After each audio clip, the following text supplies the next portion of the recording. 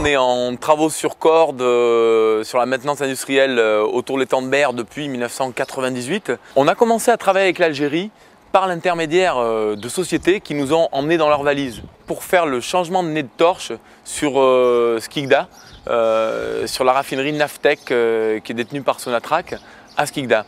La difficulté, on va dire, c'est d'arriver à entrer en relation avec tous les décideurs effectivement en Algérie. L'objectif à moyen terme, ça va être de créer une agence là-bas sur place avec des locaux que l'on va former également à nos techniques de travaux sur corde.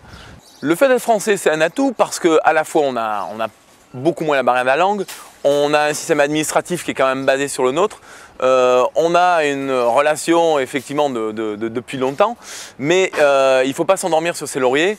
Il y a énormément de concurrence de l'ensemble des pays, que ce soit l'Italie, les États-Unis, la Chine, et voilà, il faut se bouger, quoi, hein. Donc les compresseurs d'air, ils sont bons maintenant? Bon, ils sont automatiques, ça marche. Et en manuel, vous avez essayé? On a fait des... Nous, Simar, société de service, nous intervenons comme prestataires en instrumentation, en instruments de navigation. Il a fallu compenser les pertes d'activité liées au déclin, si vous voulez, de la réparation navale marseillaise. Et donc, une société comme la nôtre a dû se tourner très fortement vers nos partenaires de la Méditerranée du Sud, le Maroc, l'Algérie, la Tunisie et même la Libye et l'Égypte.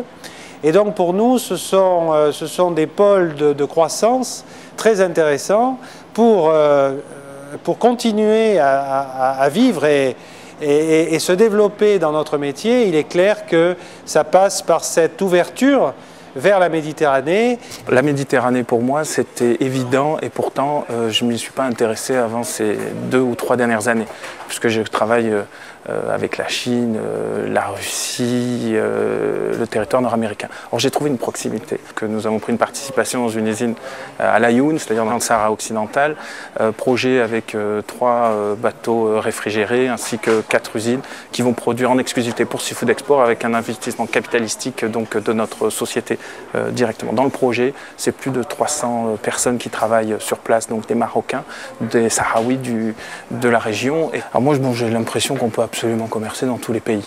Notre société commerce avec la Turquie, l'Égypte, la Palestine, Israël, la Tunisie, le Maghreb, dont particulièrement le Maroc plus récemment. Donc les possibilités sont multiples et variées, c'est un marché colossal.